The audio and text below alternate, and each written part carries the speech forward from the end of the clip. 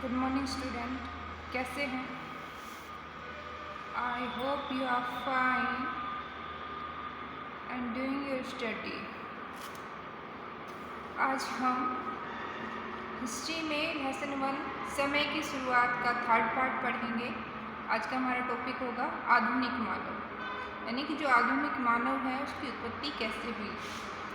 आज का मानव आधुनिक मानव प्रजाति से संबंधित बताया जाता है, यानी कि आज का जो हमारा ह्यूमन बीइंग है वो आधुनिक मानव की प्रजाति में विकास होकर बना। आधुनिक मानव प्रजाति को वैज्ञानिक भाषा में होमो सेपियंस कहा जाता है। होमो सेपियंस का अर्थ होता है सोचने विचारने वाला, बुद्धि का प्रयोग करने वाला मानव। इसका अर्थ होता है सोचने वाला अथवा बुद्धिमान मानव। इसकी मस्तिष्क क्षमता है वो 1450 घन सेंटीमीटर थी।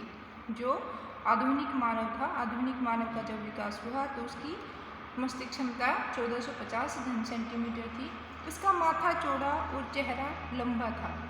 इसकी आंखों पर उभरी हुई हड्डी नहीं थी, जैसे निएंडरथल के जो आंखों की उभरी हुई हड्डी थी, आधुनिक मानव की नहीं थी। इसकी उत्पत्ति पहले अफ्रीका में हुई, बाद में ये एशिया, ऑस्ट्रेलिया व अन्य महाद्वीपों में पहुंच गए।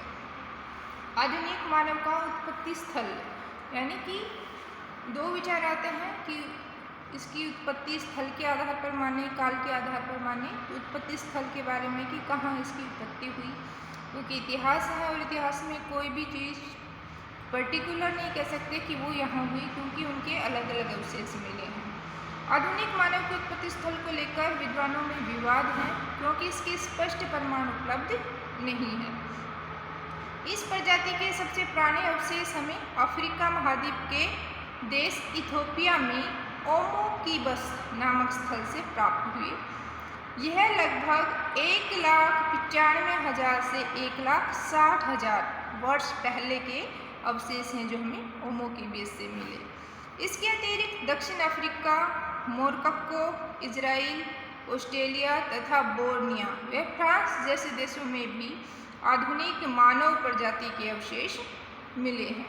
लेकिन ये सब काफ़ी बाद के हैं, क्योंकि जो सबसे पहले कहा अफ्रीका में हुआ, उसके बाद जब अलग अलग भौगोलिक स्थितियों में मानव रहने के लायक बन गया तो उन्होंने अपना स्थान चेंज किया। वो अफ्रीका से यूरोप, एशिया महाद्वीप में गए और इस प्रकार से अलग अलग देशों में इनके अवशेष मिले।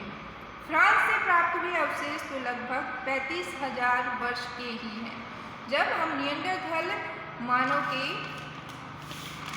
समाप्त होने का जो समय है 35,000 वर्ष, तो फ्रांस से हमें उस समय के अवशेष मिले हैं, इसलिए उसे आधुनिक मानव के अवशेष माना जाता है, क्योंकि निएंडरथल प्रजाति उस समय समाप्त हो चुकी थी।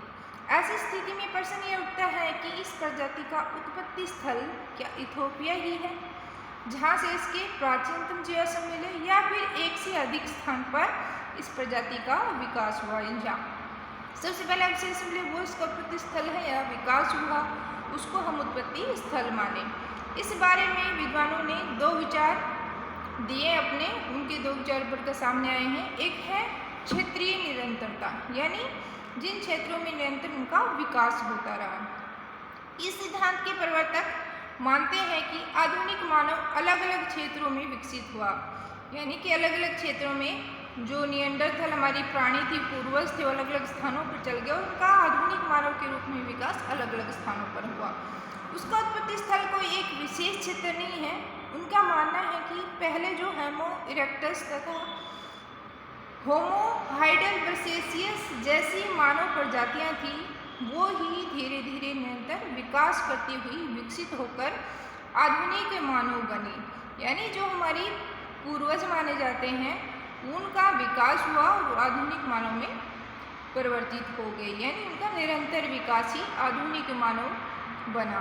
इस कारण अलग अलग विशेषता वाली भिन्न भिन्न मानव नस्लों, क्योंकि जो हमारे मानव हैं उनकी नस्लें अलग अलग थी, नस्लों के आधार पर अलग अलग भागों में उन्हें बांटा जाता है। इनमें है काकेससी, निग्रायड, मंगोलियड आदि, ऑस्ट्रेलिया इत्यादि का उदय अलग अलग स्थान पर हुआ। तो इसको हम एक तालिका से देखेंगे कि कहाँ कहाँ से हमें इसकी उत्पत्ति के, आधुनिक मानव की उत्पत्ति के जीवाश्म मिले। आधुनिक मानव के प्रारंभिक जीवाश्म हैं वो कहाँ से मिले? होमो केबियस जो इथियोपिया देश में पड़ता है, यहाँ हमें 1,95,000 वर्ष पूर्व आधुनिक मानव के अवशेष मिले। इथियोपिया कहाँ पड़ता है? अफ्रीका महाद्वीप में।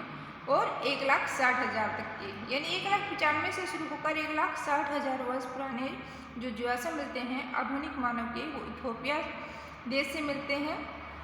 बॉर्डर गुफा ये दक्षिण अफ्रीका में पड़ती है और 1,20,000 वर्ष पूर्व के अवशेष हमें बॉर्डर गुफा से मिलते हैं। डाइकल्डस ये अफ्रीका में पड़ता है, यहाँ से हमें 50,000 वर्ष पूर्व के अवशेष मिले हैं। दरअसल सोल्टोन ये मोरक्को जो अफ्रीका महाद्वीप में पड़ता है, यहाँ से हमें 70,000 से 50,000 वर्ष पूर्व अवशेष मिले हैं आधुनिक मानव के।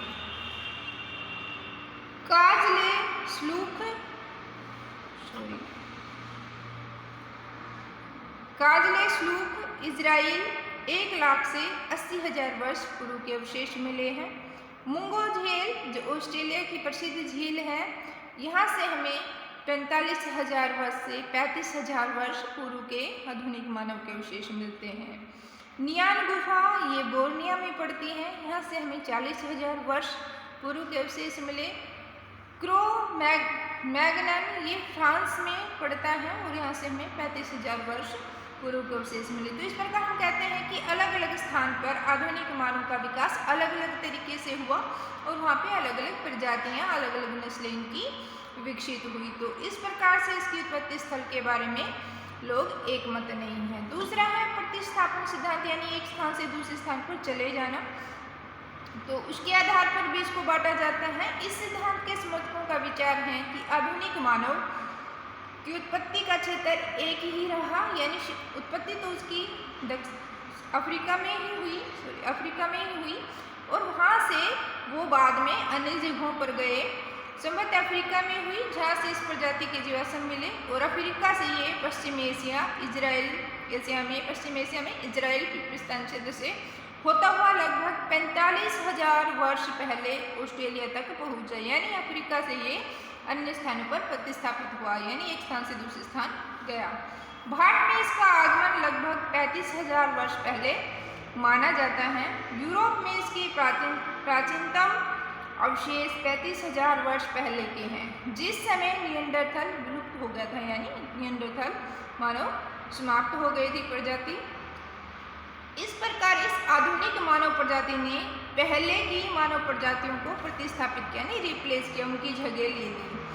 इस विचार का आधार आज के मनुष्यों में पाई जाने वाली गुणसूत्रीय एकता को माना जाता है, यानी उनमें भी गुणसूत्र और आज के मानव के गुणसूत्र दोनों ही एक जैसे हैं, बराबर हैं, इसलिए उन आधार पर हम आधुनिक मानव मानते हैं।